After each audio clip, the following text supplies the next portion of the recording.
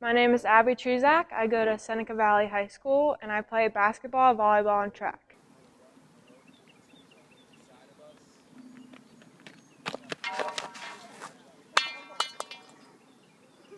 I'm feeling over 100%. I feel better than I did before I had surgery. I definitely feel stronger and I feel more balanced overall. I feel like I'm more strong in my core and in my legs and in my vertical, and I'm definitely more confident with myself. Well, the main thing is that I still feel like we were pretty lucky.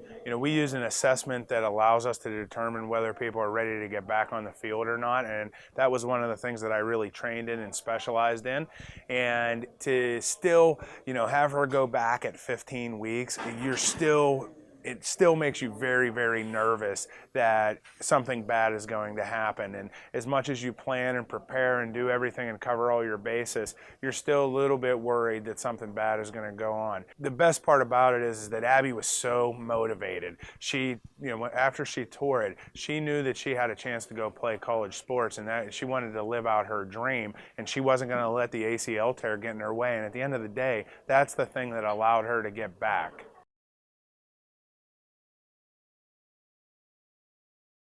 That's an awesome opportunity. Having tearing my knee and my ACL, I was a little concerned at the beginning, not being able to get the opportunities that I wanted in the future and playing at college. So being able to say that I'm going to a Division I college to play volleyball is amazing. I had schools who, when they heard that I tore my ACL, they kind of shied away, and I actually had one take away a scholarship. But Providence was there the whole time. They had interest in me before, and once they heard that I tore my ACL, they were very supportive the whole entire time. They checked up on me after surgery, they checked up on me during rehab, and just even all throughout my senior year for basketball, track. They were very supportive throughout the whole thing. Having been on the college level, it's a big risk taking in an athlete, especially a female athlete that's already tore their ACL. It's a big investment on their part. And, we were just talking about this a couple hours ago, that once you get out of high school, the fun and games is over, and the college and professional level is much more business-like when they make their decisions.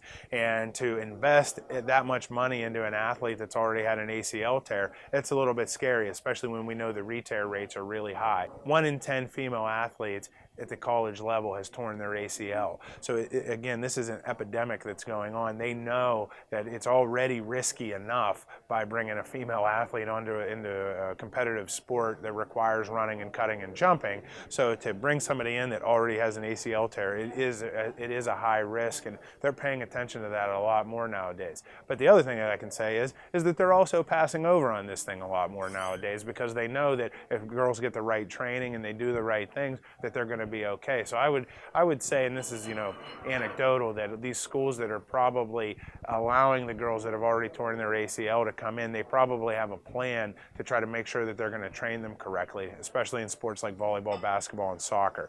And in my opinion, that should be something that is, for female athletes, that's just incorporated in for all of them. Unfortunately, the information still needs to scale a lot more across the country and really throughout the world. Rhode Island University was the biggest one. I had a full ride there, and they were upset to say that they had to take it away, but they said that I could walk on to their college team if I wanted to, but they took the scholarship away. It was kind of deflating at the beginning, knowing that I had such an amazing opportunity to have all of my college paid for and to go play volleyball, a sport that I love, at a school. It most definitely made me want to come back bigger and stronger, just to prove to them that my story and how I tore my knee is not stereotypical, and that I just wanted to come back and prove to them that I was going to be better than I was before. And throughout the whole process, that was definitely one of my biggest motivators, not just towards Rhode Island and because they took my scholarship away, but a lot of people also told me that I wasn't going to be back and that I wasn't going to play as well as I used to. So that really motivated me to want to get back to where I was and even better than I was before. When Abbie Trzeciak tore her ACL, what hurt most was the thought of losing her entire season. Well, from the first one, it's actually kind of funny. I didn't really know what I was getting into doing the commercial, and I didn't really realize that it was going to be on ESPN and that so many people watch ESPN, and people would come up to me all the time and be like, "Hey, you're the girl on the commercial, aren't you? That was on Revolution." And I'm like, "Yeah, yeah."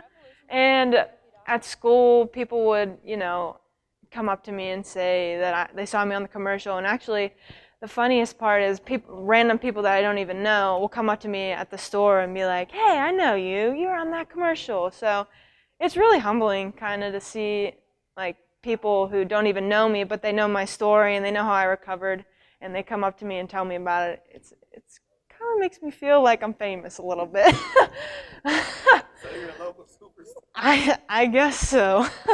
You know, on my end, it did what I wanted it to do. It got the story out there. You know, this whole ACL epidemic that's going on right now. People need to know about it, and people need to know that there's a place out there that can really do a better job from them. And, you know, someday in the future, if the playing field is all equal, that's great for me. I did my job then. But ultimately, we want to promote the awareness that there's a different level of concern and attention to detail that needs to go into these rehabs. And ultimately, Abbie did something that was totally amazing, and I really thought that people should have known about it. It wasn't out of any disrespect to Dr. Laniel, but he said that I'm a grown woman and I can make my own decisions, but he was really against it. And I kind of wanted to meet in the middle because I didn't want to disappoint my track coach at the same time, because he was a basketball coach as well, and he watched me play basketball, and basketball is a lot more pivoting and cutting than track throwing a javelin would be.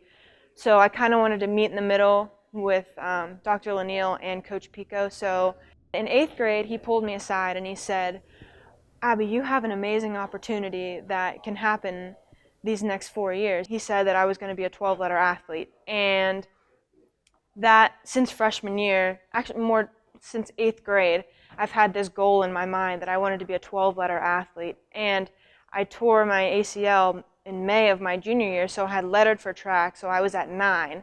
And the doctors had told me that I wasn't going to be able to play any sport my senior year, so my goal was kind of cut short at that moment. I would only get 9 instead of 12.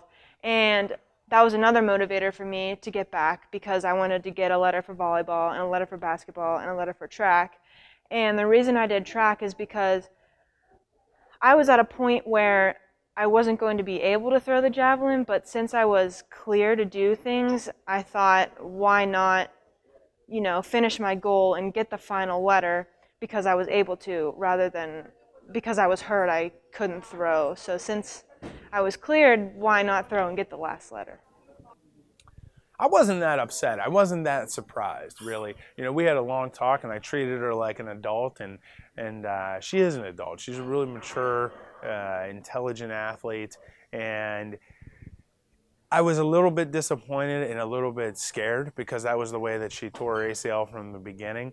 And ultimately, my job is to give her advice and try to give her the best information possible so she can make the decision and her family can make the appropriate decision. And they made their decision. And the tough part is, if you make your bed, you have to lie in it. So ultimately, this had worked out for us. But when you're really looking at how you're going to assess the situation, she's now accepted a volleyball scholarship to a Division I school. This is her dream. This is what she wanted to do. But now, you're going to take a risk to throw the javelin for what? You know, that's the question. What's the benefit of it? Well, for a competitive athlete as competitive as Abbie was and is, she had to do it, and I totally get it. I was an athlete myself, but you know, I'm an older man now, and I understand why you wouldn't want to do those things, and that's my position to advocate doing the safer, less risky thing, especially when you're talking about a scholarship being on the line. I mean, could you imagine if she would have retore? We'd be telling a whole different story right now,